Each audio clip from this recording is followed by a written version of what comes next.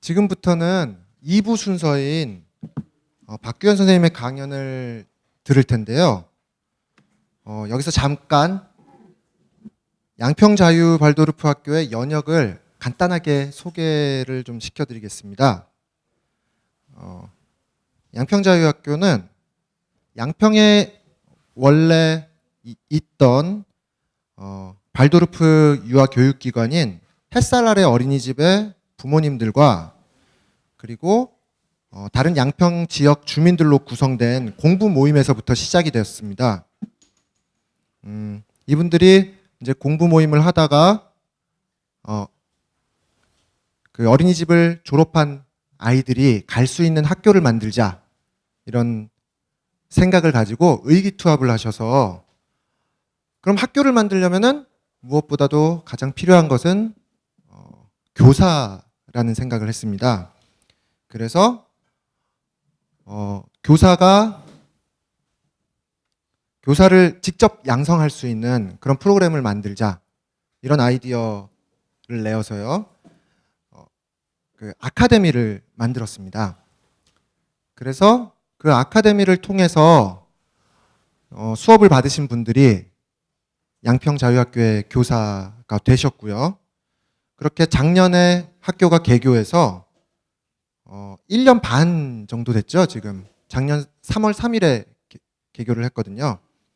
그래서 아직까지는 작은 학교입니다. 1학년부터 5학년까지 총 21명의 학생이 지금 재학 중이고요. 양평자유학교의 좀 다른 학교들과 구별되는 차이점을 말씀을 드리자면은 조금 전에 말씀드린 것처럼 국내에서 유일하게 자체 교사 양성을 위한 아카데미를 운영을 하고 있습니다. 이것은 교사 지원을 하실 분들을 대상으로 해서는 여름방학과 겨울방학 때 각각 일주일 정도씩 공부를 하고 있고요. 그리고 꼭 교사 과정이 아니더라도 인지학을 배우고 싶으신 분들을 위해서는 월 세미나를 월 1회씩 지금 하고 있습니다. 다음 월 세미나가 언제죠? 다음 주인가요? 네. 다음 주의 주제는 제가 알기로 칸트로 알고 있고요. 죄송합니다. 칸트는 지나갔습니다. 네, 니체입니다. 예. 그리고 네. 또 다른 특징은 뭐가 있냐면은 역동 농업팀을 갖추고 있고요. 그래서 학교에 가보신 분은 알겠지만 역동 농업을 저희 서기섭 농부님께서 아주 훌륭하게 학교를 이렇게 그 농장으로 꾸미고 계십니다. 예, 가면은 누구나도 감탄할 만큼 멋진 농사를 지금 짓고 있고요. 그리고 또 그 외에도 의료팀, 출판 번역팀, 그리고 상급반 준비팀이 운영이 되고 있습니다. 입학 설명회는 다음 달 10월 12일에 있습니다. 그래서 내년 입학하실 분들은 참조하시고요. 자세한 내용은 홈페이지에 보면은 내용이 나와 있을 겁니다. 그러면은 지금부터 3.1 독립선언문에 드러나는 의식혼에 관해서 박규현 선생님의 강의를 청해 듣도록 하겠습니다. 큰 박수 부탁드립니다.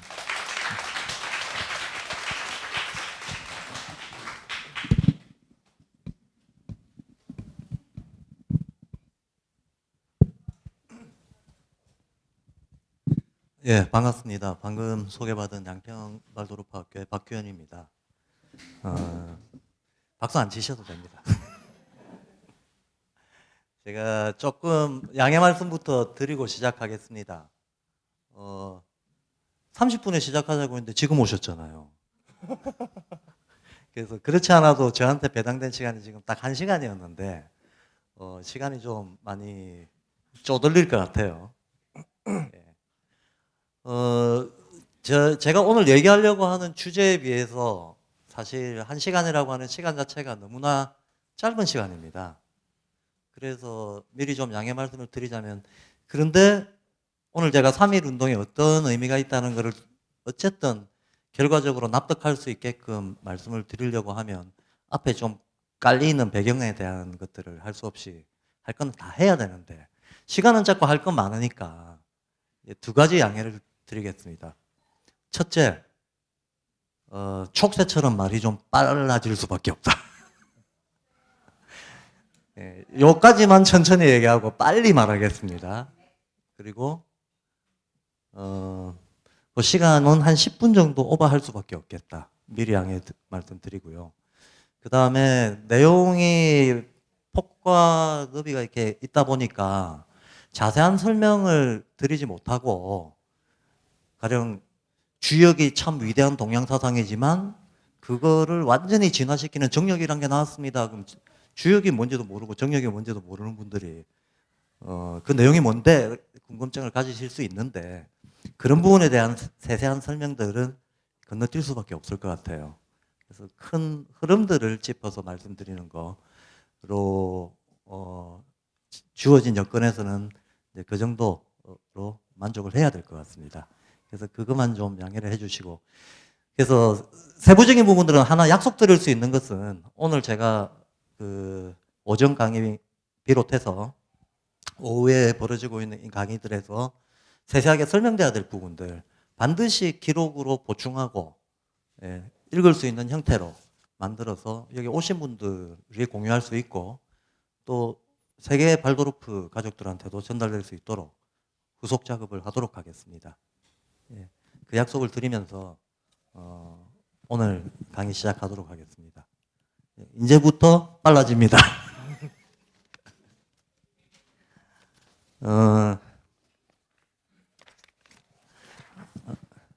저도 사실 제 인생에서 오늘 같은 강의가 물론 이 자리는 뭐 이 자리 자체가 고유하니까 처음이지만 제가 25년 동안 강의를 해왔는데 1시간짜리 강의 처음 해봅니다.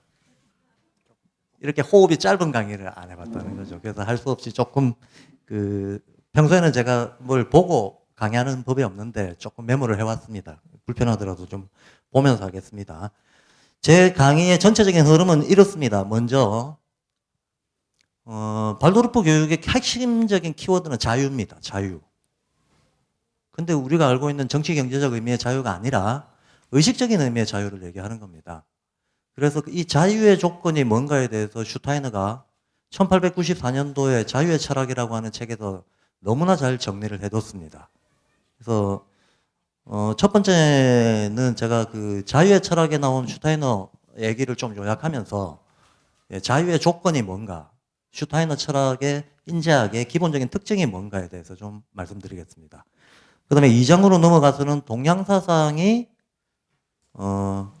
인지학이 가지고 있는 기본적인 인식 틀, 문제의식 이런 것과 본질적으로 동일한 구조를 가지고 있다는 말씀을 드릴 겁니다. 그래서 동양사상의 유기론적인 성격에 대해서 조금 소개를 드리고요. 그러면 슈타인의 인지학과 동양사상이 가지고 있는 본질적인 동질성이 있는데 이 동질성들을 우리가 내면화했을 때 한 어떤 인간의 가치와 태도, 관점이라고 하는 측면에서 어떤 변화가 일어나는가, 이런 유기론론적인 철학을 내면화했을 때 나타나는 어떤 도덕적인 함의가 뭔가, 이런 얘기를 좀 드릴 겁니다. 그리고 그 다음 장 4장으로 넘어가서 잘 아시겠지만 1919년 3.1운동에서 3월 1일 날 3.1운동이 일어났고 4월 11일 날 대한민국 국호가 제정됐습니다. 4월 11일 날 상해 임시정부가 공식적으로 발족을 했습니다. 대한민국은 상해 임시정부로부터 법통을 삼고 있죠. 그래서 3.1운동은 대한민국을 만든 기념비적인 운동이라고 해야 될 텐데 이 3.1운동의 독립선언문에 나와 있는 사상적인 내용들은 실질적으로는 이미 1894년도에 마련이 됐습니다.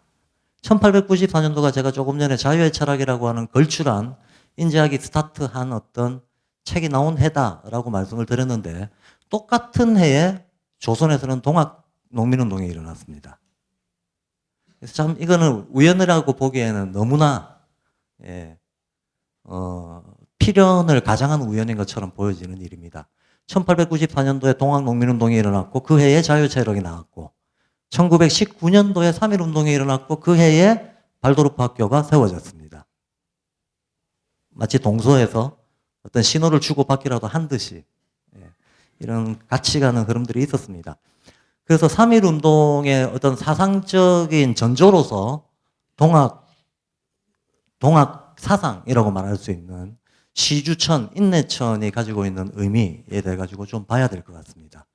그래서 동학과, 근데 재밌는 것은 이 동학이 일어났던 이 해에 동양의 정신사에서는 그야말로 정점을 찍는 아주 빛나는 성과가 하나 또 나왔지만 그때 당시 사람들은 몰랐죠. 동의수세보원이 출간됐던 해이기도 합니다. 사상의학이죠. 이재마의 사상의학이 나왔습니다.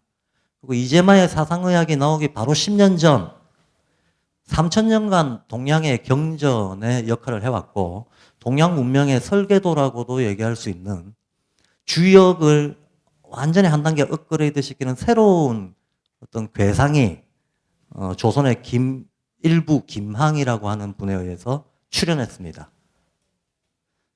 다시 한번 정리하자면 정력의 출연, 이거는 주역을 업그레이드 시킨 거였습니다. 사상의학의 출연, 이거는 황제 내경을 업그레이드 시킨 거였습니다. 동양에서는 역경과 황제 내경이 마치 서양의 바이블과 같은 역할을 하고 있는 거죠. 이런 사상적인 성취들이 나오고 나서 하나의 실천 운동으로서의 동학 운동이 시주천, 인내천을 바탕으로 일어났습니다. 그리고 1919년도에 3.1 운동까지 그 정신이 이어졌다라는 거가 사실 오늘 강의 다 했네요. 강의 다 했습니다. 이제 이 흐름이 어떤 의미를 가지는가에 대해서 말씀을 드릴 겁니다. 그러고 나서 이제 결론적으로 3.1 운동이 단지 국내 민족운동이 아니라 하나의 인류의 정신사의 흐름 속에서 전환적인 시그널로서 하나의 계시적 선언으로서의 의미가 있다라고 하는 말씀을 드리는 거로 정리를 하고, 마지막으로 우리가 지금 추구해야 될 교육의 방향이 뭐냐라고 하는 것. 결국은 우리가 과거를 회고하는 이유는 미래에 우리가 어떤 태도로 헤쳐나갈 것이냐를 돌아보기 위해서 과거를 돌아보는 겁니다. 지금 우리에게 필요한 배움의 방향에 대해서 말씀을 드릴 텐데, 3.1 운동과 관련해서는 뭔가 비교를 한다는 것이 마냥 좋지는 않습니다만, 비슷한 시기에 나왔던 프랑스의 인권선언문 그리고 미국의 독립선언문의 내용과 한국의 이 3.1 운동 때 있었던 독립선언문의 내용을 비교를 해보면 3.1 운동이 상대적으로 얼마나 인류 사상사의 정신사의 정점에 있었는가가 꽤 뚜렷이 잘 나타납니다. 그래서 그 내용을 좀 요약해 드리도록 하겠습니다. 그리고 마지막으로 조선 독립선언문에 나왔던 몇 가지 명구를 한번 되짚어 보면서 이런 흐름으로 이제 전체적인 강의를 이어나가겠습니다. 먼저 이제 자유의 철학에 대한 얘기입니다. 먼저 슈타이너가 그 자유의 철학에서 이때가 이제 19세기 말이잖아요. 근대가 완성이 될 때였죠. 근대는 15세기 르네상스 때부터, 슈타이너도 15세기 때부터 의식혼의 시대가 열렸다라고 얘기를 하고 있습니다. 근데 이게 이때 의식혼의 시대가 열렸다라는 얘기는 거꾸로 얘기하면, 다시 말하면 오송원의 시대가 완전히 이제 무르익고 성취가 됐다는 얘기기도 해요. 다시 말해 의식혼적인 어떤 정신을, 의식 수준을 이렇게 갖추는 것이 과제인 시대라는 말이지, 결코 의식혼이 대중화된 시대라는 뜻은 아닙니다. 이건 굉장히 중요한 차이입니다. 여전히 우리의 과제는 의식혼의 성취에 있습니다. 여기 발도르프를 아시는 분들도 있고 모르시는 분들도 있을 텐데, 여러 가지 복잡한 얘기들은 좀 생략하고 우리가 통상 사용하는 개념으로 좀 말씀을 드리자면, 발도르프에서는 일단 발도르프 교육이 다른 교육하고 가장 크게 차이 나는 것이 인간을 이원적으로 보지를 않고 삼원적으로 본다는 점입니다. 근대 철학에서 인간은 신체와 물질과 의식, 몸과 마음, 신체와 정신, 이런 식으로 이루어져 있다고 딱 이원적으로 봅니다. 근데 발도르프에서는 그렇게 보지 않죠. 몸, 마음 하나가 더 있다고 보죠.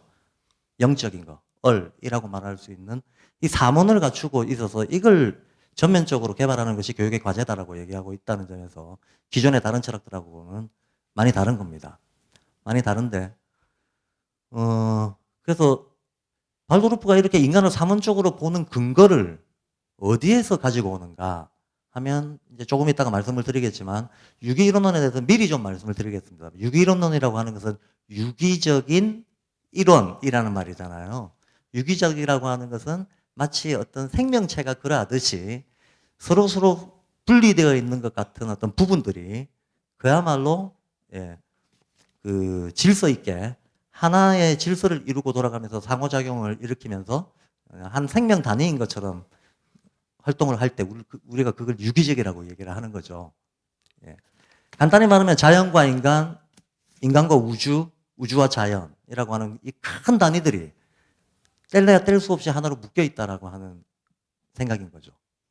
이게 실천적으로는 어떤 의미인가 하면 우주에 돌아가는 어떤 원리가 있다면 그게 자연에 반복된다라고 보는 겁니다.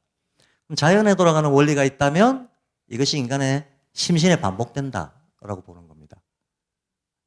그러면 인간이 만약에 삼원으로 이루어져 있다라고 얘기한다는 것은 그러면 자연에도 삼원으로 이루어진 구조가 보편적이고 동시에 우주에서도 삼원으로 이루어진 구조가 보편적일 수밖에 없다라는 걸 전제로 하고 있다는 거예요. 그래서 이런 것들이 끊임없이 반복 재현되는 구조로 이 세계가 이루어져 있다고 보는 거 간단히 말하면 그게 유기이론론입니다. 그런데 이 유기이론적인 관점이 이분법이 발달한 서구에서는 굉장히 독특한 사상이었지만 뭐 어느 정도 아시는 분들은 그거는 우리 전통은 원래 그랬는데 라고 생각하실 겁니다. 맞습니다. 특히 동양에서는 음양오행이라든가 태극기에 그려져 있는 8괴의 논리를 가지고 식물, 동물, 광물, 색깔, 소리, 음식, 체질, 심리, 심지어는 모든 제도 문물과 기술에까지도 오늘날 서양의 수학과 과학을 사용하듯이 전면적으로 우리가 이 틀을 가지고 세상을 연결된 것으로 이해를 해왔던 게 오히려 전통이었다는 거거든요. 그래서 동양의 전통적인 사상은 오히려 서구는 독특하게 받아들이고 있는 유기이론론이 주류였다라고 하는 거. 주류였다. 서구에서는 인지학이 대단히 독특한 사상인데 동양에서는 바로 그 인지학적인 사유 모델이 오히려 전통적인 것이었다라고 하는 거. 또 미리 좀 말씀을 드리겠습니다. 어쨌든 이렇게 삼원적으로 바라보는, 인간을 삼원적으로 바라보는 이 슈타이너가 15세기부터 시작된 근대 사회로의, 정근대에서 근대로의 이행 과정. 이 이행 과정도 보면 세 번의 혁명을 거쳐서 이행이 되죠. 마치 인간이 삼원적으로 이루어져 있기 때문에 필연적으로 그래야만 됐듯이 인간이 몸 혼형을 갖추고 있듯이 우리 사회도 한 인간이 갖추고 있는 몸 혼형을 그대로 재현해서 가지고 있다 그러면 사회가 정말 본질적으로 바뀌려면 이 세 영역이 다 바뀌어야 되는 거죠. 물질적인 영역, 심리적인 영역. 의식하지 못하더라도 무의식에까지 파고드는 어떤 영적인 영역이 다 바뀌어야 되는 거죠. 그래서 여튼 근대 사회에서 종교혁명이 먼저 일어났습니다. 정신적인 부분에서 변화가 일어났습니다. 산업혁명이 일어났습니다. 물질적인 부분에서 변화가 일어났습니다. 그리고 프랑스 혁명이 일어났습니다. 드디어 제도 문화라고 얘기할 수 있는 데에서 최종적으로 근본적인 변화가 일어났습니다. 프랑스 혁명이 말미에 갈 때쯤 되었어야 비로소 우리가 오늘날 근대사회라고 얘기할 수 있는 어떤 모습이 갖추어지기 시작했던 거죠. 이때가 19세기 말입니다. 이때 가서 사람들이 개인주의, 합리주의, 자유주의라고 하는 개념들이 어느 정도 이제 대중화가 되고 어디서나 다 받아들여지는 개념이 됐던 거죠. 그 전까지는 개인이라든가 자유라고 하는 개념 자체가 논쟁의 대상이었지 생활 일상 속에 스며들어와 있는 상식은 아니었던 시절인 거죠. 자유의 철학에서 슈타이너는 이렇게 시작합니다. 요즘 자유 얘기 안 하는 사람이 아무도 없다. 모든 학자들이, 모든 식자들이 다 오늘날 사회는 자유로운 사회라는 식으로 얘기를 하고 있다. 그리고 오늘날 누구나 개인들이라고 당연한 듯이 얘기하고 있다. 그런데 진짜 그런가 하고 문제를 던집니다. 인간이 자유로운가? 보통 사람들이 자유롭다고 얘기할 때는 이것도 선택할 수 있고 저것도 선택할 수 있으니 그 선택의 자유를 가지고 자유라고 얘기하는 경우가 많은데 만약에 이렇게 한번 가정을 해보죠. 내가 누군가에게 쏘가서 선택을 했다면 어떨까? 어딘가에 이제 홀리듯이 아니면 심리적 압박을 받아서 선택을 했다면 어떨까? 그것도 겉으로 보기에는 선택의 자유가 있다고 해서 자유롭다고 말할 수 있겠는가? 나도 모르는 어떤 동기에 의해서 쏘갔다든가 홀렸다든가 압박을 받았다든가 그것이 꼭 권력에 의한 물리적 압박이 아니더라도 나도 모르는 문화적 강박에 의해 가지고 어떤 선택을 해야 됐다면 그것도 자유롭다고 할 수 있겠는가? 라고 얘기하는 거죠. 그래서 사람의 행위에는 반드시 동기가 있는데 그 동기 자체로부터 자유로워야지 자유롭다고 얘기할 수 있는 거지. 동기를 전제해 놓고 그 동기에 대해서는 생각지도 않고 선택의 자유만 있다고 자유라고 말할 수 없다라고 얘기를 해요. 그래서 우리가 자유의 문제를 다루려면 이 동기의 문제를 다뤄야 된다라고 얘기를 합니다. 그러면 동기에서부터 자유로울 수 있으려면 먼저 동기를 알아야 된다는 논리를 펼치죠. 인간의 행위 동기가 뭐냐? 근데 행위 동기가 너무 복잡하거든요. 한편으로는 어떤 것이 나에게 이득이 되는가 하는 계산이 동기가 되기도 하고 또 한편으로는 그 밑에는 기분 좋다 싫다라고 하는 감정이 깔려 있기도 하고 더 밑에는 자기도 모르는 무의식적인 어떤 욕망들이 깔려 있기도 하고 더 밑에는 그 자기 무의식적인 동기를 이루었던 자연 환경 같은 것들도 있고 또 계속 올라가는 거죠. 더 올라가면 어디까지 올라갈지 알 수가 없다는 겁니다. 이처럼 무한한 어떤 동기의 연쇄를 가지고 있는데 이 동기들을 제대로 알고 일단 알고 내가 의식적으로 이것을 조절할 수 있지 않는 이상은 인간 자유롭다고 할 수가 없다는 거예요. 예. 근데 이게 너무 거대한 얘기잖아요. 인간이 어떻게 기원적인 동기를 어떻게 알 수 있겠는가? 너무나 거대한 문제고 만약에 이런 문제를 다루려고 한다면 과연 우리 인식에 한계가 있나 없나? 마치 우리가 거대한 우주의 원리부터 아주 미세한 소립자의 세계까지 다 알지 못하고서야 어떻게 이 동기를 알았다고 말할 수 있겠는가라는 문제가 생기는 거죠. 그런데 바로 이 지점에서 근대 철학의 전형적이고 주류적이고 지배적인 철학들은 하나같이 그 근대 철학을 대표하는 사람은 결국 칸트인데 칸트는 단언합니다. 알 수 없다. 그런 식으로 무한한 어떤 인식의 무한도로 펼친 인식의 영역 그것은 인간의 영역이 아니다라고 얘기하는 게 칸트 철학이죠. 칸트 철학은 객관적인 물리 세계에 대해서는 우리가 알 수 없다. 왜냐하면 감각이 우리를 속이기 때문이다. 우리는 감각을 통해서 물리 세계를 접할 수밖에 없는데 이놈의 감각은 보편성이나 필연성 그런 거 없다. 인간이 태어날 때 이미 우리한테 하나의 한계적인 조건으로 주어진 거다. 근데 여기에 보편성, 필연성이 없기 때문에 인간은 물 자체는 알 수가 없다라고 합니다. 그래서 우리가 진리를 안다고 했을 때 칸트 이전의 사람들은 내가 여기 있고 대상이 저기 있고 저 대상에 대해서 내가 정확한 걸 알았을 때 이걸 진리다 라고 칸트 이전의 사람들은 그렇게 말해왔지만 칸트는 끊어냅니다. 저 대상이 뭔지는 우리는 모른다. 다만 저 대상에 대해서 내가 어떻게 생각하는지는 알 수 있다. 내가 어떻게 느끼고 어떤 도구적인 인식 도구를 써서 이걸 다루는지에 대해서는 알 수 있다라고 얘기합니다. 그러니까 일단 칸트는 알 수 있는 영역과 알 수 없는 영역을 자르는 거죠. 대상 그 자체는 알 수 없는 영역으로 불가지론으로 밀어두고 알 수 있는 영역은 인간은 자기 자신의 마음에 대해서만 알 수 있다라고 얘기합니다.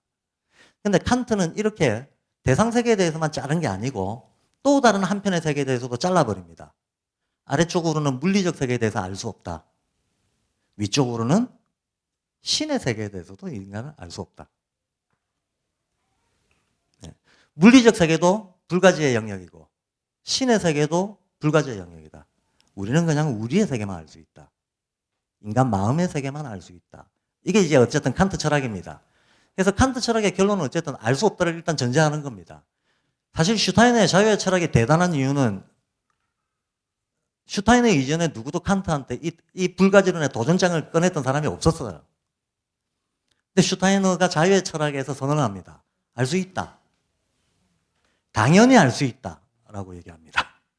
그러니까 자유의 철학에서 자유의 첫 번째 조건, 우리가 자유로우려면 어떻게 해야 되는가? 첫 번째, 동기를 알아야 된다. 동기를 알고 조절할 수 있어야 된다. 그것도 온 우주적이고 기원적인 동기까지 다 알아야 된다. 먼저 이걸 던집니다. 두 번째, 알 수 있느냐 없느냐의 문제. 즉 인식의 한계가 있는가 없는가의 문제에서 슈타이너는 인식의 한계가 없다고 선언합니다. 이게 대단한 거죠. 우리가 우주를 다 알 수 있다고 선언한 거예요, 한마디로. 근데 어떻게 알 수 있는가? 또 왜 그렇다고 단언할 수 있는가? 에서부터 이제 슈타이너 사상의 특징이 나옵니다.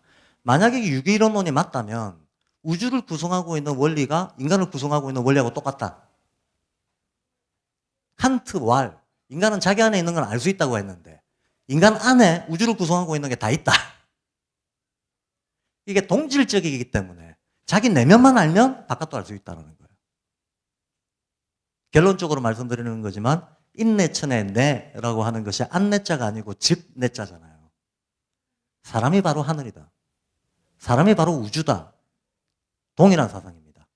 인지학도 인성을 이해하면 그 속에 신성에 대한 이해가 다 포함되어 있다고 보기 때문에 굳이 신지학이라고 하는 말을 버리고 인지학이라고 하는 말을 새롭게 쓰게 됐던 거거든요. 아시겠지만 슈타이너는 한편으로는 현대철학과 대결을 하고 또 다른 한편으로 슈타이너 사상의 뿌리는 19세기 말에 있었던 종교통합운동이었던 신지학이었습니다. 신지학을 영어로는 테오소피라고 하죠. 그런데 테오라고 하는 것을 말하는 순간, 신을 말하는 순간 서구의 오랜 문화는 이 신은 외부에 있는 절대적인 타자다라고 연상을 한단 말이죠. 이 연상의 부작용을 끊어내기 위해서 인지학이라고 하는 말을 새롭게 씁니다. 안스로포스피라고 새로운 말을 만들어내는 겁니다. 근데 안스로포스피의 그 문제의식을 그대로 따서 우리식으로 얘기하자면 인내천이 되는 겁니다. 근데 인내천 사상이 동학에서 나왔다고 우리는 알고 있지만 사실은 동양 문명을 3000년 동안 이끌어왔던 전통 사상 속에 이미 내재되어 있던 것이기도 해요. 이미 2500년 전에 공자가 근취 재신, 원취 재물이라고 하는 유명한 명제를 얘기를 했습니다. 가까이에는 내 안에서 진리를 구해라. 멀리 나가더라도 주변의 사물의 원리에서 진리를 구해라. 그러면 이 두 개가 똑같다는 걸 알게 된다는 거예요. 내 안에 돌아가는 원리와, 즉 인간 안에 돌아가는 원리와 주변 환경으로서의 자연에 돌아가는 원리와 이게 일치한다면 이 원리가 우주로 확장을 하더라도 그대로 일치하고 다시 소립자의 세계로 들어가더라도 그대로 일치한다. 요즘 과학식으로 얘기하자면 프랙탈 패턴의 재현이라고 하는 것을 이미 2, 3천 년 전에 얘기를 했다는 거예요. 예. 자, 그러면 슈타이너는 원론적으로는 우리를 구성하는 것과 우주를 구성하는 것이 다르지 않기 때문에 인간은 자기를 알므로써 우주를 알 수 있다. 우주에 나가볼 수는 없지만 자기의 내면을 들여다봄으로써 우주까지 알 수 있다. 그러므로 인식의 한계가 없다라고 단언합니다. 자, 인식의 한계가 없다면 동기의 기원도 알 수 있다가 되는 거죠. 동기의 기원을 알 수 있다면 인간 자유로워질 수 있다라고 얘기하는 겁니다. 일단 이게 이제 슈타이너의 큰 틀입니다. 근데 그것은 원론적인 얘기지 누구나 개별자들이 의식의 수준이 다 다른 사람들이 언젠가는 다 알 수 있다는 아닌 거죠. 인간이라고 하는 종의 인식 능력, 사고 능력이 끝까지 갈 수 있다라고 하는 얘기를 한 것이지 모든 개별자들이 평소에 다 알고 있다는 뜻은 절대 아닙니다. 당장 여기 계신 분들만 해도 모르잖아요. 예. 그러니까 현실적 개별자들이 당장 다 알 수 있다는 그런 식으로 오해할수는 안 되고 인간의 어떤 능력이 가지고 있는 가능성이라고 하는 차원에서 인식의 한계가 없고 자기의 동기의 기원을 알 수 있고 따라서 자유로워질 수 있다라고 얘기합니다. 자, 여기서 이제 칸트가 인간의 마음을 그림을 그렸을 때 경험과 감각 경험으로부터 오는 직관의 세계가 있다라고 얘기를 해요. 여기서부터 출발합니다. 그리고 여기에서 인간의 기초 감정이라든가 감성이라고 불리는 것들이 만들어진다. 그리고 이거를 인간의 어떤 언어와 개념 능력에 의해서 잘 체계화시키면 여기서부터 오성이라고 하는 게 나온다라고 얘기를 합니다. 이걸 칸트는 순수이성이라고 했어요. 우리가 경험하는 사물들을 대단히 논리 필연적으로 재구성할 수 있는 인간의 사고 능력, 이걸 순수이성이라고 했고 이 개념 형성 능력으로 인해서 인간은 지금과 같은 문명을 다 꾸려올 수 있었다라고 얘기를 합니다. 간단히 말하면 감성과 개념 능력을 오성이라고 합니다. 오성이라고 하는데 이 오성 위에 하나의 능력이 더 있다 그랬어요. 감성과 오성은 사실은 굉장히 어떻게 보면 대립되는 능력이거든요. 감성은 굉장히 개별적이고 주관적인 데 반해서 오성이라고 하는 것은 굉장히 보편적이고 객관적이고 필연적인 것들을 추구할 수 있는 능력이거든요. 성질이 대별되는데 이 대별되는 두 개의 능력을 종합해낼 수 있는 능력이 또 있다고 봐요. 마치 음과 양 같은 성질을 가지고 있는 이 두 개의 능력을 종합해낼 수 있는 능력이 별도로 또 있다. 그거를 실천의 이성이라고 했습니다. 그걸 실천의 이성이라고 했습니다. 칸트한테 있어서는 세 가지로 나눠지는 거죠. 직관 능력, 개념 능력, 그 다음에 이성, 이렇게 세 가지. 칸트는 인간의 마음속에 굴러가는 게 결국 이게 세 가지다라고 봤습니다. 직관에 의해서 만들어지는 감성의 영역, 그 다음에 오성의 개념에 의해서 만들어지는 오성의 영역, 그 다음에 이것들을 종합해내는 이성의 영역, 이렇게 세 가지다라고 봤습니다. 그럼 마지막으로 이 세 번째, 이거 요거 아닙니다. 세 번째 얘기하는 겁니다. 요 세 번째 종합해내는 이성의 능력, 이것이 최고치에 달했을 때 결국 인간이 발견할 수 있는 최고 수준의 인식은 무엇인가? 도덕률의 발견이다라고 했습니다. 도덕률의 발견이다. 자, 어차피 초월지는 인간은 모릅니다. 물 자체도 모르고. 그러니 진리라고 하는 건 알 수 없다라고 옆으로 빼뒀습니다. 진선미 중에서 진을 알 수 없다고 뺀 다음, 그래도 인간이 살아갈 수 있는 근거는 도덕률, 선의 법칙을 발견할 수 있다. 그러니까 우리 삶의 끝은 그러므로 우리는 어떻게 살아야 하는가에 대한 것이라는 거예요. 예. 그래서 인간은 도덕률을 발견하고 그 도덕률을 가지고 도덕률의 보편성을 부여를 해서 동화주의적인 질서를 이루고 평화를 이루고 이성이 가지고 있는 서로 투쟁하고 경쟁하고 쥐어뜯고 이기심이 가지고 있는 물질주의가 가지고 있는 갈등적인 요소들 이런 것들을 도덕률을 발견할 수 있는 이 능력이 그런 것들을 제어하면서 인간은 나름대로 평화로운 세계를 추구하면서 살아갈 수 있고 그것이 인간의 희망이다. 가 칸트 철학이죠. 제가 칸트 철학을 이렇게 길게 이야기하는 이유는 적어도 몸, 혼, 영 중에 혼의 부분, 마음의 부분에 있어서는 슈타이너가 이걸 그대로 흡수한다는 거예요. 슈타이너가 이걸 그대로 수용하고 있습니다. 그래서 슈타이너는 약간 물론 이제 전제가 다르죠. 칸트는 이원론을 가지고 있었지만 슈타이너는 삼원론을 가지고 있었고 칸트는 모른다 그랬지만 슈타이너는 알 수 있다 그랬습니다. 근본적으로 달라요. 근본적으로 다르지만 이 마음을 구성하고 있는 어떤 마음의 설계에 대한 파악은 둘이 유사했다는 거예요. 자, 슈타이너는 인지학에서 사용하는 용어로는 감각혼, 오성은 의식혼이라고 하는 용어를 사용합니다. 그렇다면 결론적으로 인간이 자기 동기를 알므로써 자유로워질 수 있다고 했는데 그 동기를 알므로써 자유로워지려면 이 마음의 세 영역 중에서 어느 영역에 도달해야지 알 수 있는가 하는 거죠. 세 번째 영역에 도달해야 알 수 있다고 하는 겁니다.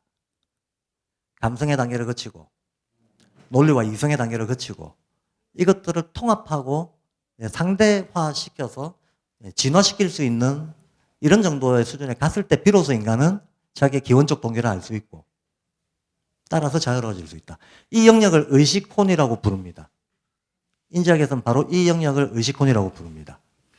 그러니까 자유의 철학에서의 결론은 인간은 의식혼적인 수준에 도달할 이런저런 방법을 통해서 도달할 수 있는데 그 영역에 도달하게 되면 인간은 세상에 대한 새로운 관점을 획득한다는 거예요. 칸트는 여기에서 도덕률을 발견한다 하는 걸로 끝났습니다. 근데 슈타인은 여기에서 그건 기본이고 인간이 어떤 자기 내에 흔들리지 않는 도덕률을 발견하는 것은 기본이고 자 이게 도덕이라고 했을 때도 바깥에서 시키는 걸 따르는 거는 그거는 복종자라는 거지 자율적인 의미의 도덕은 아니죠. 자기가 칸트가 말했듯이 자기의 행동이 보편적인 준칙이 될 수 있도록 행동할 수 있는 능력을 도덕이라고 하는 것인데 문제는 그 보편적 준칙을 누가 만들어주는 게 아니고 자기 스스로 확신을 가지고 창조해낼 수 있는 능력이 도덕적 능력이라고 볼 수 있습니다. 보편 준칙을 만들어낼 수 있는 능력입니다. 예. 근데 칸트는 여기까지다라고 했지만 슈타이너는 이걸 바탕으로 해서 인간의 한 번 더 의식이 점프한다라고 봤던 겁니다. 영적으로 점프한다. 그래서 그럼 영적이라고 하는 건 뭐냐? 결국은 세계를 통합적으로 볼 수 있는 이 의식이 상승하는 걸 두고 영적이라고 얘기했던 거예요. 얼마나 더 넓고 깊은 부분을 얼마나 더 통합적으로 이해할 수 있는가라는 것을 두고 의식권 이상의 수준에서 통합해낼 수 있을 때 이것을 슈타이너는 영적인 수준이다라고 얘기했고 인간은 영적인 수준으로까지 자기의식 상승을 이뤄낼 수 있다라고 하는 것을 제시했던 것이 자유의 철학의 이제 기본이었다는 겁니다. 여기서 너무 많이 시간 끌면 안 되는데요. 자, 여기까지입니다. 그래서 아무 데서나 인간이 자유로운 게 아니고 의식권에 도달했을 때 인간은 자유로워질 수 있다라고 했고 그 의식권은 세계를 통합적으로 볼 수 있는 즉 유기론적인 어떤 시각이 심화되었을 때 이룰 수 있는 어떤 상태다라고 정의했다는 겁니다. 아주 중요한 선언이었습니다. 그런데 동양 사상에서는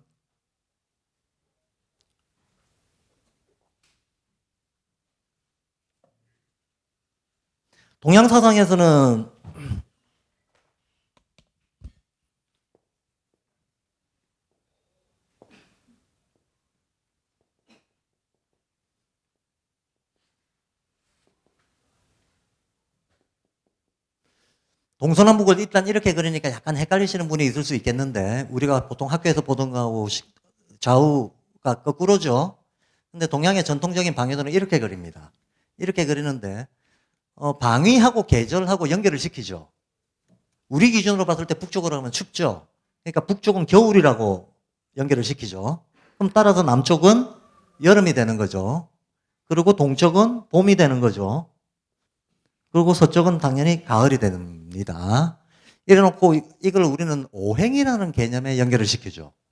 그래서 이쪽을 수라고 하고 이쪽을 목이라고 하고 이쪽을 화라고 하고 이쪽을 금이라고 하죠. 이건 누구나 대부분 많은 사람들이 알고 있습니다. 그럼 중앙은 뭐냐? 토라고 하죠. 이걸 우리는 오행이라고 얘기를 합니다.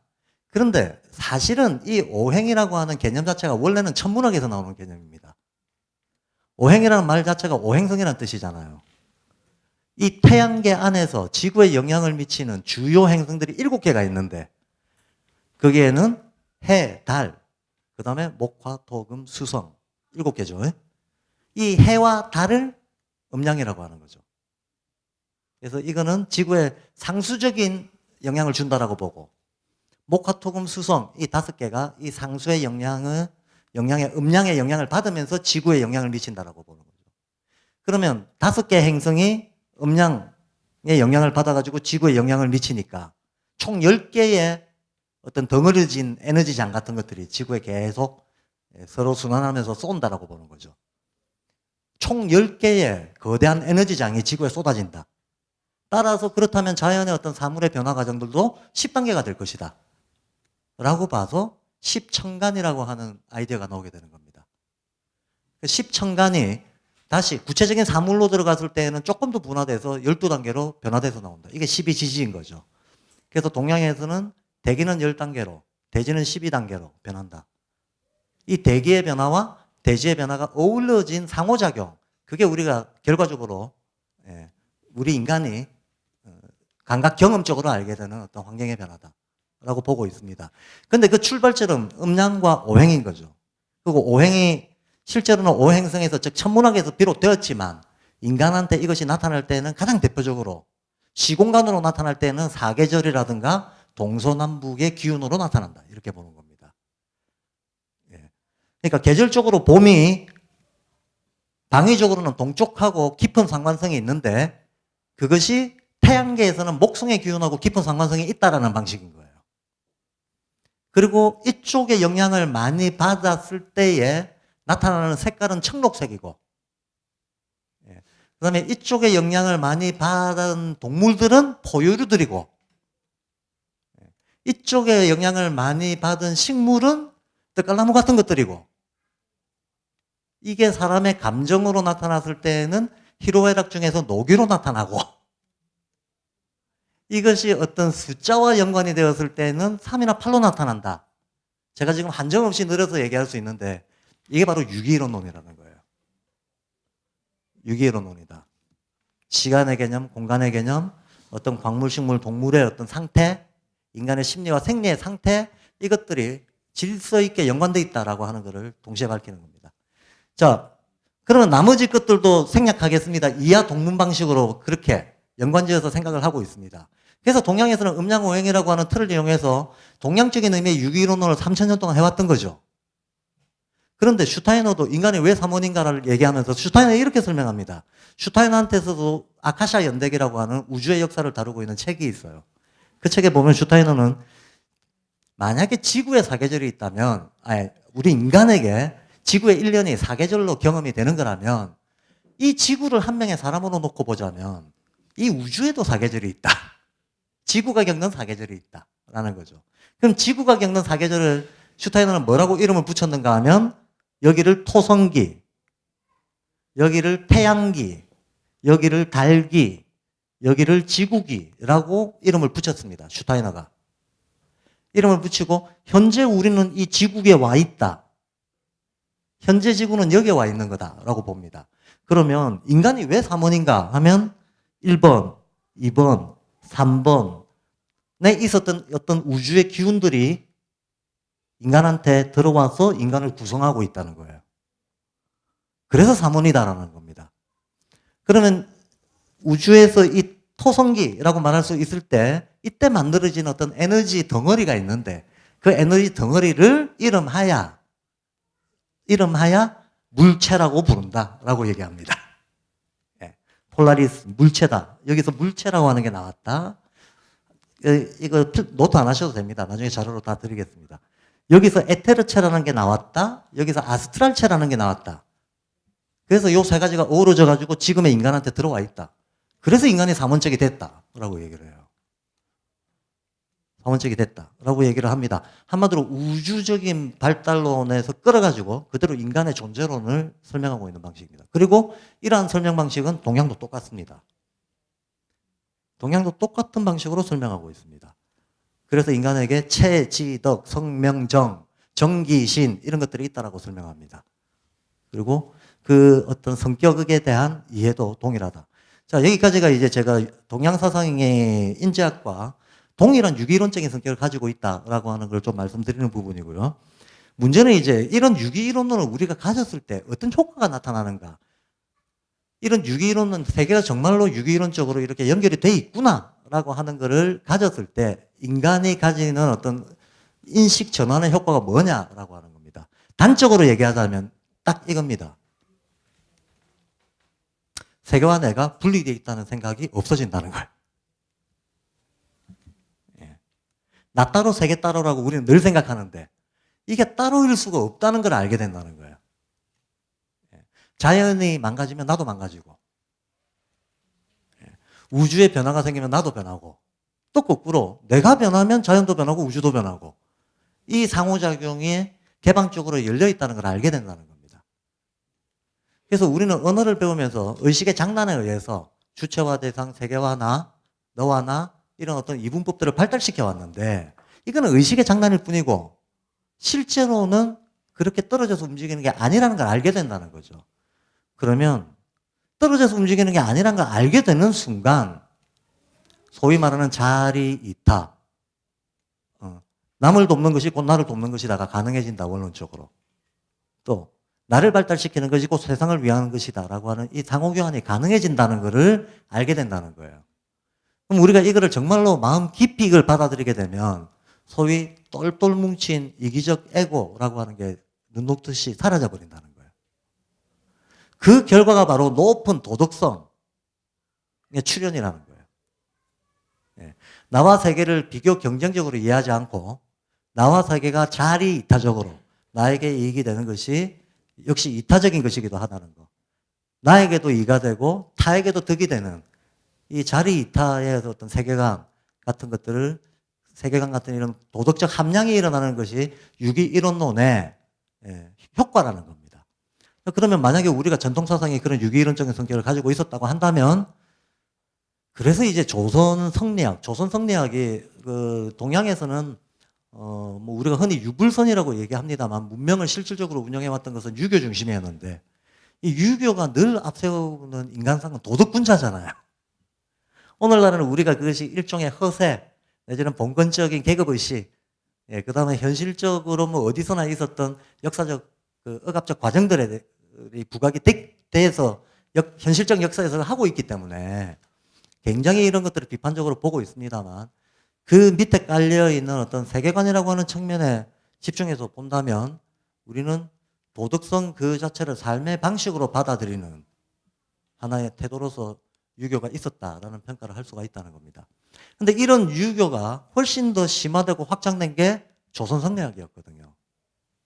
조선성리학. 그러니까 유교의 정점이라고 말할 수 있는 게 성리학이었습니다. 근데 아시다시피 성리학은 이 동아시아 전체의 문화권의 사상이긴 했습니다만 유독이 그것이 발달된 것이 조선이라고 하는 그 왕조의 역사였다라고 하는 건 우리가 다 우리의 역사니까 다 잘 알고 있는 사실이고 그 조선 성리학에서 또 한 번 더 점프를 하고 있는 것이 제가 아까 잠깐 말씀드렸던 사상의학의 출현이라든가 정력의 출현 같은 것들이라는 겁니다. 이건 제가 설명을 하기에는 시간이 부족하지만 주역이라고 하는 것은 주역이 음양오행이라든가 주역이라고 하는 것은 음양오행은 지금 이런 논리를 가지고 모든 존재자들을 다 분류를 엮어내서 거시적으로 볼 수 있게끔 연결해서 볼 수 있게끔 해주는 게 음양오행의 논리인데 음양오행은 상대적으로 음양오행의 논리는 상대적으로 인간과 자연과의 관계를 주로 다루고 있어요. 반면에 주역은 우주의 변화와 자연의 현상 간의 변화를 주로 다루고 있습니다. 그리고 음양오행은 시간의 흐름에 따른 변화를 주로 논하고 있습니다. 주역은 공간적인 형상의 변화를 주로 논하고 있어요. 약간 영역이 구별되어 있습니다. 그러나 말하고 있는 내용은 똑같습니다. 그렇기 때문에 괴로 표현되는 것은 음양오행으로도 표현이 되도록 치환이 되는 관계에 있습니다. 시공간적인 변화가 치환된다는 겁니다. 자, 그런 성격을 가지고 있는데 어쨌든 소위 음양오행이나 주역이라고 하는 것은 바깥에 드러난 현상을 보고 그 이면을 살필 수 있도록 만들어진 인식 틀입니다. 현상을 보고 이면을 살필 수 있도록 되어 있습니다. 이게 사실은 괴테가 말했던 원현상입니다. 괴테는 인간인식의 출발은 감정과 지식을 내려놓고 있는 현상을 감각을 믿고 그 감각에 비치는 자연을 있는 그대로 관찰할 수 있는 데에서 출발해야 된다라고 얘기를 해요. 이걸 괴테가 원현상이라고 얘기를 하고요. 사실은 슈타이너 말고 괴테가 유기이론론의 그 선두주자인데 슈타이너는 괴테의 유기이론론을 그대로 받아들여서 여기에다가 신지학적인 해석을 가미를 합니다. 괴테가 색채론이라고 하는 유명한 책을 쓰죠. 그 색채론에서 색깔이라고 하는 것은 빛의 어떤 확장 현상에 불과한 건데 이 빛이라고 하는 것은 근본적으로 빛과 어둠 딱 두 개뿐이다. 양극적이라는 거예요. 양극적인데 어떤 과정을 통해서 빨주노초 파남보가 나타난다. 근데 이렇게 빨주노초 파남보가 나타났을 때 색채환이 나타나는데 이 빛의 운동의 방식을 잘 살펴보니까 몇 가지 원리가 도출이 되는데 이 원리는 빛에만 해당되는 것이 아니고 모든 곳에 해당된다라고 얘기를 해요. 이러한 원리가 모든 곳에 해당된다는 것을 괴테는 평생 동안 증명하려고 애를 썼습니다. 그 보편 원리, 괴테가 발견했던 보편 원리가 이 세계는 양극적으로 이루어져 있다. 아까 마틴 선생님 강의에서도 이 얘기가 많이 나왔죠. 그리고 양극적이면서 동시에 대칭이적이다. 그리고 이것들이 순환한다. 서큘레이션. 서로 자리를 바꾸면서 섞여 들어간다. 그리고 이것들이 모조리 다 엮여 있다. 총체적이다. 라고 얘기합니다. 예. 원현상을 우리가 잘 관찰하면 원현상을 통해서 알 수 있는 것은 이 세 가지 원리다. 이 세 가지 원리고 이거는 빛에 해당하는 것뿐만이 아니고 다른 모든 자연현상에도 다 똑같이 적용이 되고 이거는 예나 지금이나 동양이나 서양이나 시대가 바뀌어도 바뀔 수 없는 보편 원리다. 라고 선언을 합니다. 괴테 자신은 파우스트보다 젊은 베르테로보다 색채론이 내 인생에 있어서 가장 중요한 내 사상의 압축문이다라고 얘기를 해요. 그리고 바로 이 괴테가 색채론에서 밝힌 자기의 사상이 맞다는 것을 물리적으로 실증하기 위해서 식물 변형론이라고 하는 걸 씁니다. 식물 변형론. 어떻게 해서 하나의 씨가 줄기가 되고 가지를 뻗어서 잎으로 나타나는가? 이 줄기에서 잎에 나타날 때 어떤 현상이 나타나는데 이건 무엇을 의미하는 것인가? 어떻게 잎이 변해서 꽃이 되는가? 그렇다면 우리는 최종적인 꽃의 모양에서 씨앗의 모양을 추론할 수 있나 없나? 이런 거를 써놓은 책이 식물 변형론이에요. 한국에 아직 번역이 안 돼 나와 있습니다. 그런데 슈타이너는 괴테가 세계 체환을 얘기한 것을 두고 여기에다가 영적인 의미를 부여했습니다. 노란색은 에테르 기운이 어마어마하게 많은 거다. 우주에서. 예. 빨간색으로 가꾸어지면 아스트랄 기운이 많은 거다. 그런데 에테르 기운이라고 하는 게 사람한테 들어오면 일종의 양성적인 의지력 같은 게 된다. 희로애락 중에서는 노기 같은 게 된다. 그리고 아스트랄 기운이 많이 들어오면 이거는 한편으로는 동물적인 충동이긴 하지만 굉장히 이 다양하게 분산되는 어떤 힘들로 나타나게 되고 사람한테 들어오게 되면 이게 희노애락 중에서는 희기 같은 걸로 나타나게 된다. 라고 얘기를 해요. 그러니까 우주적 의미도 부여하고 인간적 의미도 부여하고 괴테가 해냈던 작업에다가 덧붙이는 거죠. 해석을. 신지학적 해석을 덧붙이고 인지학적 해석을 덧붙이고 이것이 슈타인의 작업이었습니다. 마찬가지로 슈타인의 식물 변형론도 동일한 괴테가 해뒀던 식물 변형론에다가 동일한 의미를 덧붙입니다. 그래서 이 강의 이후에 혹시 제가 지금 말씀드린 내용을 좀 알고 싶으신 분은 괴테의 색채론과 슈타인의 색채 본질이라고 하는 책, 색채 본질이라는 책은 얇습니다. 색채론은 꽤 두껍지만 워낙 실험에 대한 얘기가 많아서 읽기 편합니다. 이 두 책을 딱 비교해서 보면 제가 지금 말씀드리는 내용을 금방 아실 수 있을 겁니다. 자, 이런 작업을 했습니다.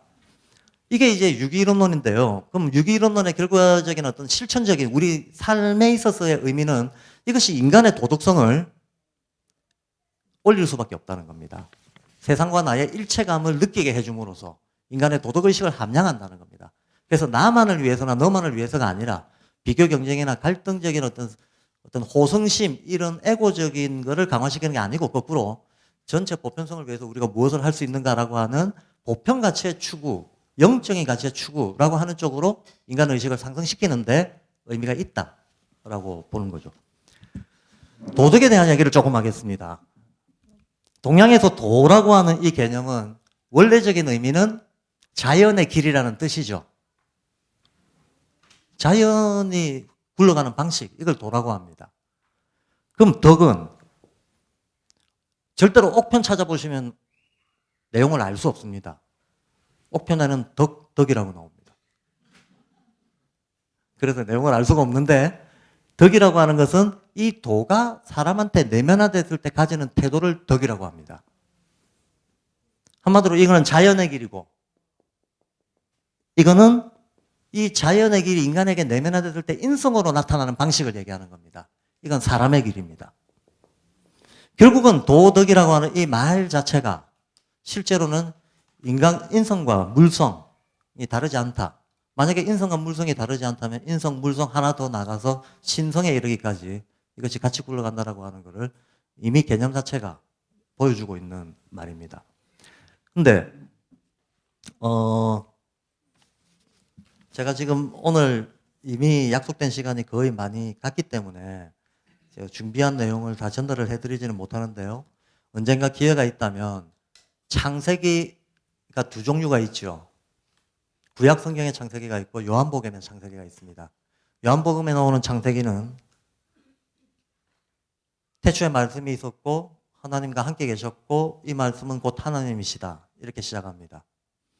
그 다음에 그가 태초에 하나님과 함께 계셨는데 만물이 그로 말미암아 지은 바 되었고 지은 것이 하나도 그 없이 된 것이 없다라고 얘기하고 곧 이어서 그 안에 생명이 있었고 그 생명은 사람들의 빛이다.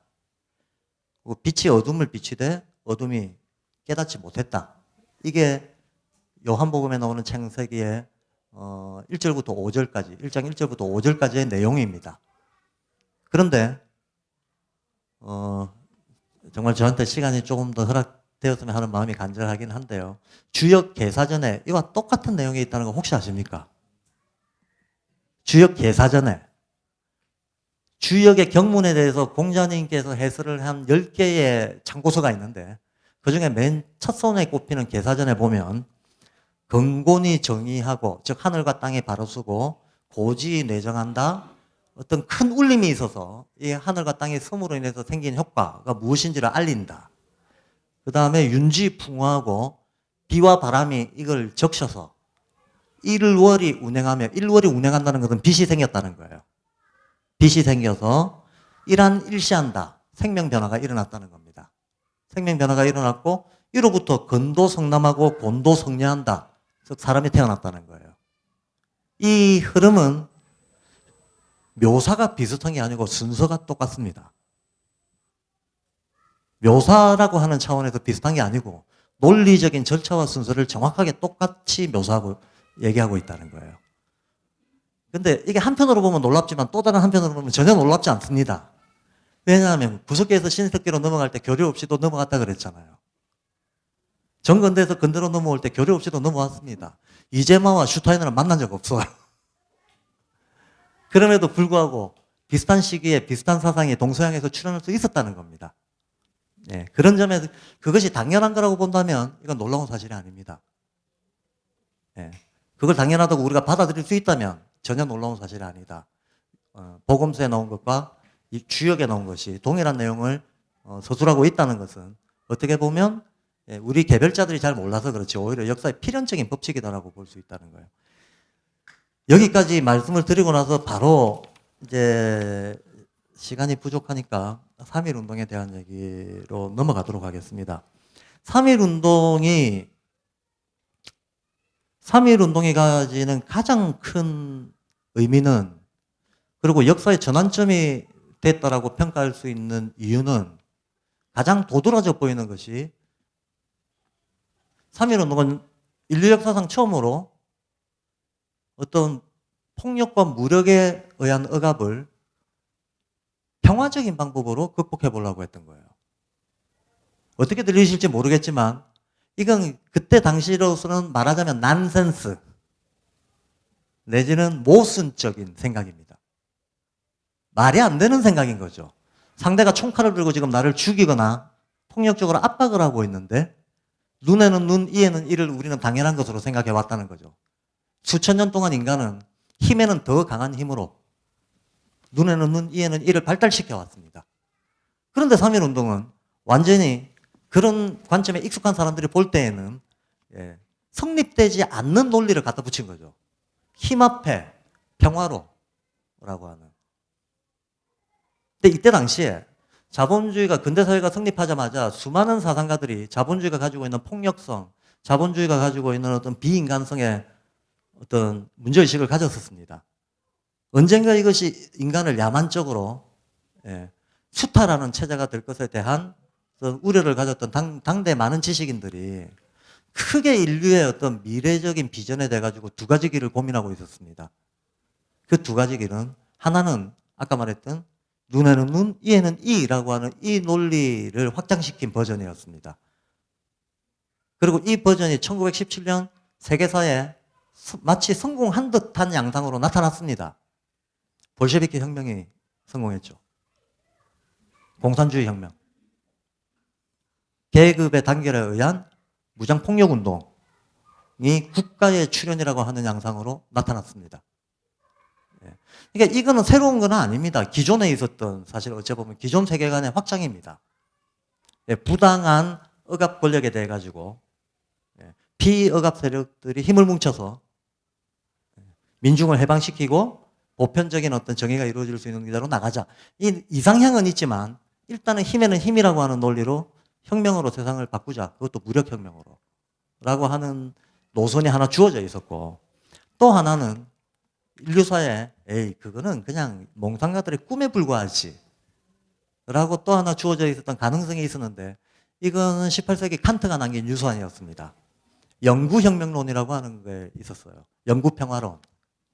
인간은 오히려 자연의 강조에 의해서 많은 어떤 투쟁과 갈등에 대해서 결국은 평화로만 평화를 만들 수 있다는 걸 깨달을 때가 오고 그 평화체제를 구성할 수 있는 능력이 인간의 이성의 어떤 저 먼 지향점에서는 올 수 있다. 그것이 인간의 희망이다.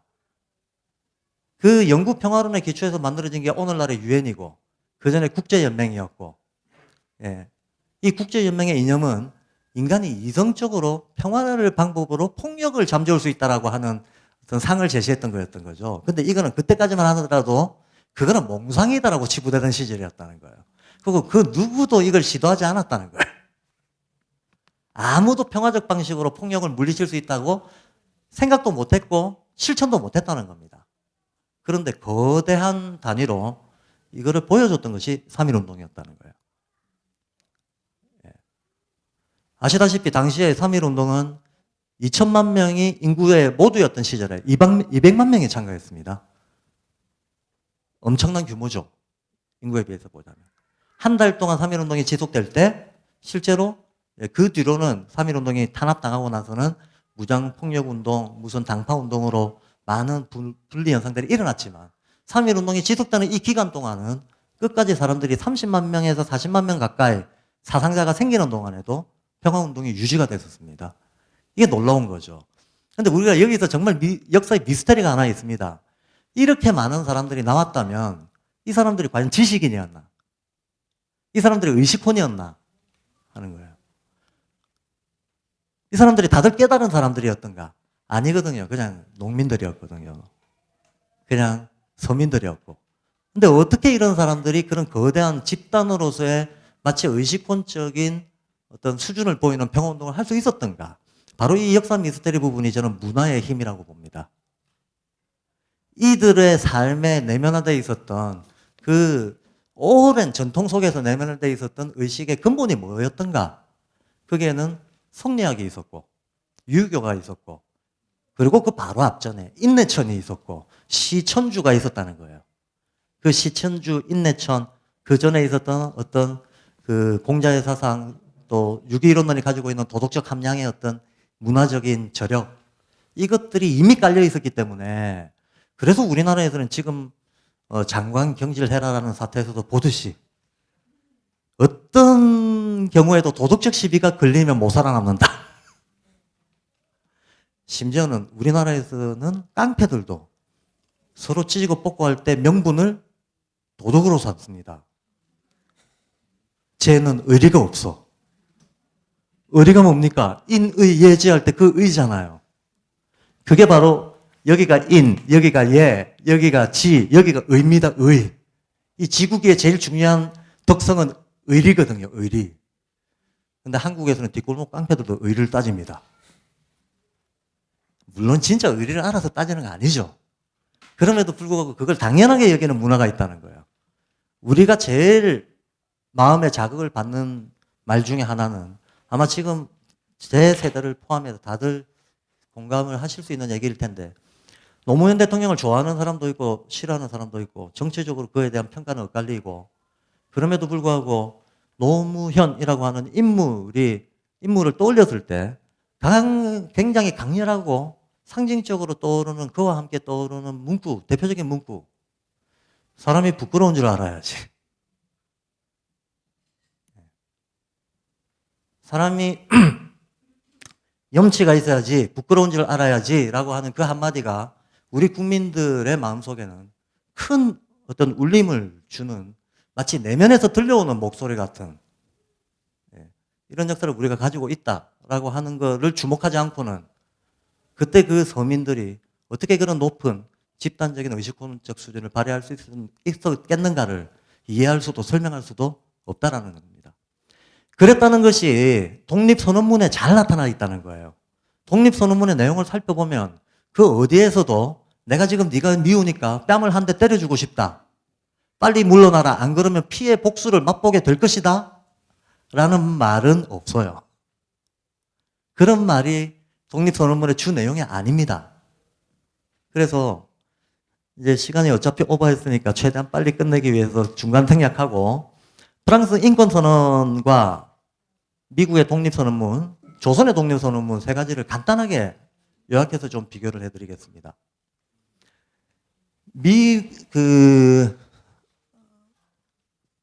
내용만 전달을 해드릴게요. 문장은 제가 사실은 좀 읽어드리고 싶었는데 생략하고요. 프랑스 인권선언의 경우에는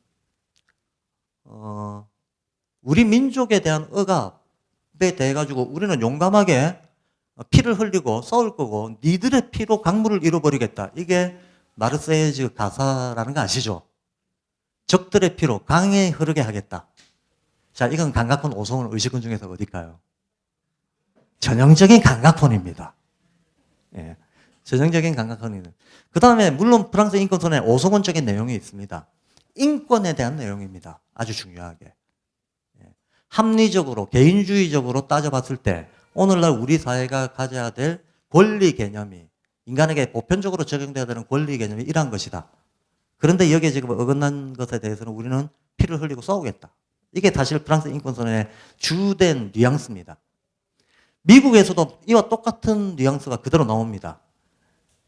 영국은 우리하고 혈맹이었다. 혈연이었지만 이 부조리한 거를 내가 견딜 수가 없기 때문에 또 똑같이 프랑스 인권선언과 똑같이 권리 개념을 내세우고 더더군다나 계약 개념을 내세워요. 영국의 여왕이 우리하고 계약 불이행을 했다. 그래서 미국으로서는 이런 부당한 계약 불이행을 그냥 넘어갈 수가 없고 내 권리를 내가 챙기겠다라고 하는, 이거는 강학군 오성호 의식은 중에서는 어딘가요? 오성원입니다. 논리적이고 계산적이고 합리적이고 이기적이고 이런 그를 앞세운 어떤 명분이 미국 독립선언문의 주된 논조였습니다. 반면에 조선 독립선언문을 읽어보면요, 이거는 그 문장으로 그대로 있는 내용들입니다. 우리가 원한과 감정으로 이를 도모하는 게 아니고 일본을 탓하기보다는 우리의 잘못을 들여다보기에도 지금 급하다. 우리가 니들한테 감정적 어떤 시비를 하려고 하는 것이 아니다라는 얘기가 계속 나옵니다. 그 다음에 명시적으로 조선의 독립은 조선인의 이익을 도모하는 것만이 아니고, 그러니까 조선만이 아니고 인류 전체의 이익을 도모하는 거다, 이런 얘기를 해요. 그러면서 우리는 힘의 논리를 거부한다 그래요. 우리가 힘의 논리를 거부하기 때문에 우리는 힘의 논리를 사용하지 않겠다 그래요. 그리고 조선의 독립을 통해서 세계 문화에 기여하고 동양의 평화를 이루고 세계 평화의 발판이 되려고 하고 도덕성의 시대가 다가오고 있기 때문에 이 도덕성과 진리를 우리가 체현하는 운동으로 이 3.1 운동이 전개된다는 것을 만천하에 공표한다라고 얘기합니다. 이거는 의식혼이죠. 이 내용 자체가 의식혼입니다. 이 내용 자체가 의식혼인데 독립선언문을 우리가 같이 한번 읽어보면 참 좋겠지만 그럴 시간은 없으니까 제가 이 의식혼을 당부하고 있는 독립선언문의 맨 마지막 3가지 공약이라고 하는 게 있죠. 그것만 하나 문장을 한번 읽고 마무리를 짓도록 하겠습니다. 오늘 우리의 독립선언은 정의, 인도, 생존, 존영을 위한 민족의 요구이니 오직 자유로운 정신을 드날릴 것이요 결코 배타적 감정으로 함부로 행동하지 말라. 마지막 한 사람까지, 마지막 한 순간까지 민족의 정당한 뜻을 마음껏 드러내라. 모든 행동은 질서를 존중하여 우리의 주장과 태도를 떳떳하고 당당하게 하라. 이런 어떻게 보면 어떤 정치 선동도 아니고 밋밋한 도덕적 어떤 권유처럼 지어진 이 공약 3장, 이 공약 3장이 당시 2천만 조선 민중들의 마음을 흔들었다고 하는 사실, 그리고 그거를 목숨을 걸고 세계에 보여줬다고 하는 사실, 저는 이게 인류의 어떤 정신에 큰 자극을 주는 사건이다. 그리고 실제로 큰 자극을 줬다는 것이 곧이어서 일어났던 4월 달에 우리가 비폭력 무저항이라고 하면 떠오르는 사람은 인도의 간디죠. 근데 간디가 인도에서 진리 수호 운동을 공식적으로 시작했던 것은 그해 4월 5일입니다. 그 전에 남아프리카 공화국에 있다가 급거 귀국을 해서 국민의회파를 조직하면서 3.1 운동, 실제로 3.1 운동의 자극을 많이 받았습니다. 간디가. 그리고 그해 5월 달에는 중국 최대의 근대 운동이라고 평가되고 있던 오서운동이 일어납니다. 그리고 19년도에 있었던 이런 움직임들이 비록 그때 당시에 세계에 큰 영향을 주지는 못했지만 많은 양심적인 식자들한테 울림을 주면서 그 다음에 20년도에 국제연맹이 창설됩니다.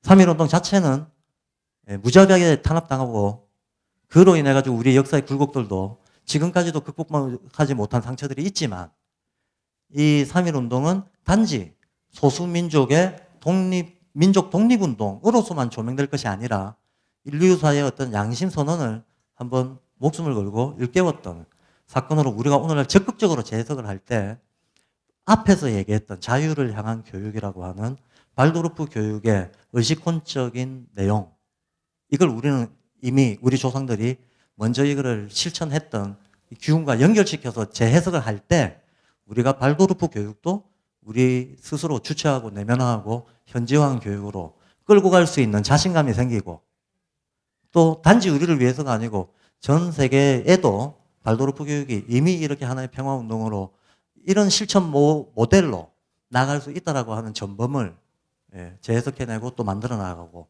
할 수 있는 어떤 길이 되지 않겠는가라고 하는 게 오늘 제가 말씀드리고 싶었던 내용입니다. 네, 고맙습니다.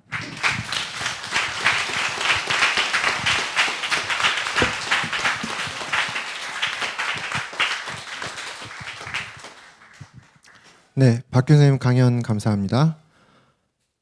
저는 강연을 들으면서 제가 자유의 철학을 읽었을 때 제 머릿속에 떠오른 문구가 다시 떠올랐는데요.